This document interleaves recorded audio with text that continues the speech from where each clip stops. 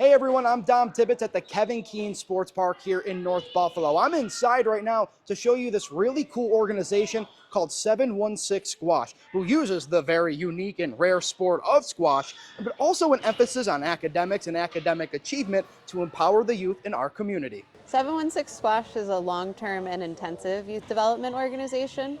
We work with a small group of kids starting in 4th and 5th grade with the goal of working with those same kids all through middle school, high school, college career.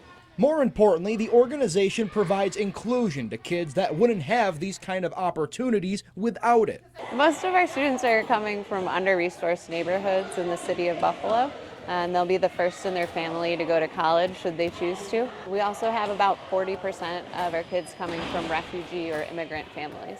And that's where we meet Teresa and DeWitt. Both came to Buffalo as refugees, but used this program's resources to earn scholarships to some of the best private schools in the area, where they can start to change the narrative about how people view refugees. I come from not a very wealthy family, and I'm also a refugee, so we don't have the most money.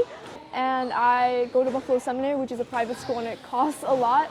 So I was like, oh my God, how am I gonna get into this? And Coach was like, why don't you apply for scholarships? I'm like, well, what scholarships? So she found the Oshai scholarship for me, and then I got the scholarship, which is a full ride. So now I'm going to Buffalo Seminary without having to pay the tuition, which is amazing. It changed my life for sure, but yeah, it was exciting for my family too, to know that they changed my life around. Squash is a sport that's predominantly associated with country clubs, Ivy League schools, and wealth. But here inside the walls of Kevin Keene Sports Park, it's the opposite. It's an inclusive outlet for the underrepresented youth in our community to better their lives one day at a time. In North Buffalo, Dom Tibbetts, 7 News.